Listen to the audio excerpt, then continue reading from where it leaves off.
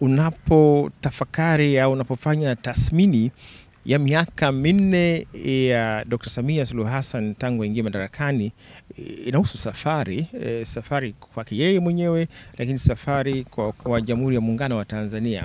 Sasa unatakiwa utafakari pia hii safari aliichukua, aliingia kwenye safari akitokea wapi, alikuwa makamu wa rais wa Jamhuri ya Muungano wa Tanzania. Nchi ilikuwa ikiongozwa na Dr. John Pombe Magufuli, ambaye katika hali ambayo hata sisi wa Tanzania tulikuwa hakujawahi kukutana nayo, ya rais kuondoka duniani akiwa madarakani.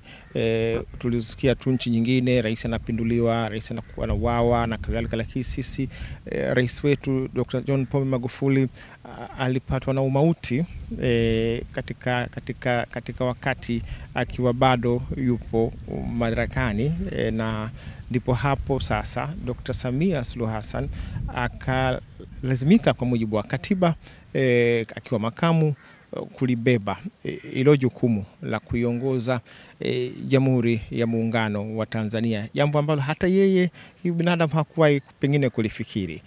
Sasa tunamuona Dr. Samia Suluhu Hassan alikuta nchi katika wakati gani? Nchi ilikuwa kwenye changamoto ambayo ilitokana pia na dunia, uviko 19. Tunakumbuka tuliokuwepo, na ilikuwa ni wakati mgumu sana kwa dunia na kwa Tanzania, kwa maana ya kiuchumi pia. Kulikuwa na hali ya ukatao hata chanjo, kwamba tuwe na chanjo au tusiwe na chanjo, lakini dunia yote ilikuwa ikielekea kwenye kutafuta nafuu ya lile janga la uviko. Tulizo la kwanza, ufariji wa kwanza Dr. Samia Suluhu Hassan ilikuwa ni kuhakikisha kupitia diplomasia, kwa sababu chanjo ya uviko 19 ilikuwa haipo kwa kila nchi. Lakini aliweza kuwa na ushawishi. Hilo ndio lilikuwa kwanza kabisa, alionyesha kuwa na ushawishi, na ndege tukaona zikitua na chanjo za uviko 19. Kama wananchi, nikiwa mmoja wapo, nilisikia afueni sana, nilimfarijika sana kuona tulikuwa kwenye hofu pia ya hali zetu na uhai wetu, lakini chanjo ikawa la kwanza ambalo alilifanikisha. Baada ya hapo nchi yetu kiukweli, kutokana hata hizo sera zetu, wakati mwingine tuliingia kwenye kutokuwa na mahusiano mazuri ya kidiplomasia na mataifa ya nje. Kwa hiyo nchi ilikuwa kwenye mabano, ama vile tumejifungia, ni ukweli. Na Dr. Samia Suluhu Hassan, lingine kubwa alilofanya ilikuwa ni kuifungua Jamhuri ya Muungano wa Tanzania, kwa sababu kama mtu binafsi, binadamu, na kama jamhuri, nchi, mahusiano ni jambo jema sana. Unaishi kutokana na mahusiano na watu wengine. Mtu ni watu, nchi ni nchi nyingine zinakufanya kuwa nchi. Kwa hiyo Dr. Samia Suluhu Hassan kwa umahiri mkubwa sana alifungua Jamhuri ya Muungano wa Tanzania nje ya mipaka yetu. Nchi yetu sasa ikaanza kuvutia wawekezaji, kwa sababu inahusu uchumi. Hali za uchumi zilikuwa ngumu za dunia na kwetu pia.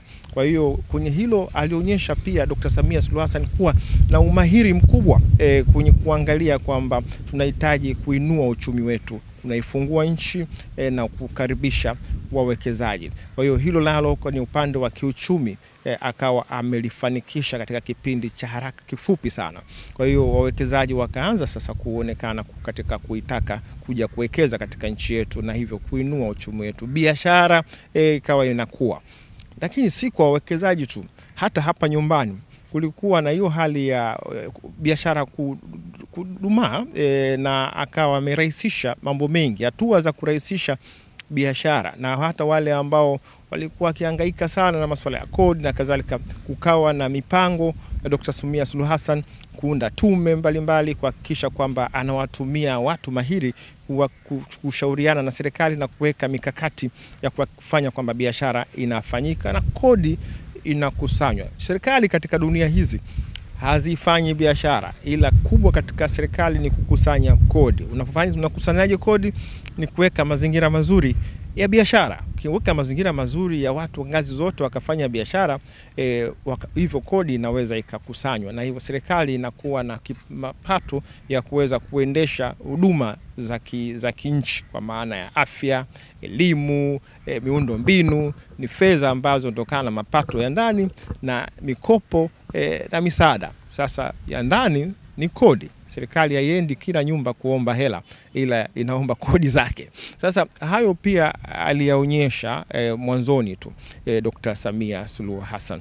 Lakini kubwa kabisa ambalo alianza nalo mwanzoni na baadaye akaja kulisema Dr. Samia Suluhu Hassan kwamba ni mtazamo wake, na kwa kweli imeonekana kuwa ndio falsafa yake.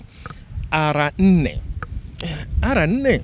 reconciliation, reform, rebuilding, hizo zote na resilience ni ara zenye maana ya maridhiano. La kwanza hilo maridhiano, kwangu mimi ara ya kwanza ya maridhiano ni mama wa ara zote. Huwezi kufanya jambo lolote lile katika nchi, huwezi kuleta yani hali ya utengamano bila watu kuzungumza. Na maridhiano wengine walitafsiri mwanzoni itakuwa ni ya wanasiasa ambao wanagombana kila siku. Si hivyo, si kwa wanasiasa. Maridhiano ni katika wafanyabiashara na serikali, wafanyabiashara na viongozi wa kata na kadhalika, hata kwenye ngazi zote zile zinahusu maridhiano, kwamba watu waongee, waone. Unapokwenda kueleza shida yako ndipo watu wanajua tuanzie wapi. Uwezi kupata kila kitu kwenye majadiliano, lakini kuna kitu utakipata na kingine utavikosa. Kwa hiyo kwenye ile ara ya kwanza ambao ndio msingi wanazokuja mabadiliko, kwa maana ya ujenzi mpya, lakini Dr. Samia Suluhu Hassan aliweka hayo mazingira muhimu sana ambayo yametupeleka mpaka leo mazingira ya watu waweze kupata nafasi ya kuongea. Unapoongea ndipo unaweza kuweka mezani yale ambayo unataka serikali ifanye, na serikali nayo inaweza ikapata nafasi ya kuyafanya mengine, lakini mengine yasiyowezekana kutakuwa na hali za majadiliano. Ara nyingine ilikuwa na maana ya mabadiliko. Kwa kweli tumeona mabadiliko mengi ya mifumo, na mabadiliko sio tu kwamba leo unatoa meza hapa unapeleka kule sehemu nyingine. Mifumo ile imekuwa na mabadiliko makubwa. Kwa hiyo alikuwa akitumia wataalam, ameendelea kutumia wataalam ili waweze kuandaa sera, mifumo ambayo inaweza ikatusaidia kwenye kusonga mbele. Lakini yote hayo hayafanyiki kwa wataalam wenyewe kukaa kujifungia. Dr. Samia Suluhu Hassan katika kipindi cha miaka 4 ameonyesha namna gani ya umuhimu wa ushiriki wa wadau wenyewe, wananchi. Kwa hiyo hizo tume anazounda mara nyingi zimekuwa zikizunguka, si kupoteza pesa, ili kukusanya maoni ya wadau, wananchi wenyewe katika ngazi mbalimbali. Watu wamesikilizwa, watu wametoa maoni yao, na hizo sera basi au sheria zilizotengenezwa zimekuwa na ubora zaidi kwa sababu ya ushiriki wa wananchi. Kwa hiyo na ndio maana ya demokrasia ambayo Dr. Samia Suluhu Hassan anaimarisha katika kuleta hayo mageuzi kwa kushirikisha watu. Ndio demokrasia. Demokrasia inahusu majadiliano endelevu, ndio hiyo maridhiano, lakini ushiriki, participation, ya ushiriki wa watu wenyewe, kwa sababu inawahusu watu. Kwa hiyo hilo amelifanya, na kuna profesa wa demokrasia mtaalam kabisa masuala ya political science, sayansi ya siasa, Robert Dahl, ndo anazungumzia kwamba democracy is all about dialogue, continuous, mazungumzo yasiyokoma. Na hata hivi sasa tukienda moja kwa moja katika wakati tulionao, tunasema safari ya miaka 4, lakini tuko hapa sasa miaka 4, 2025.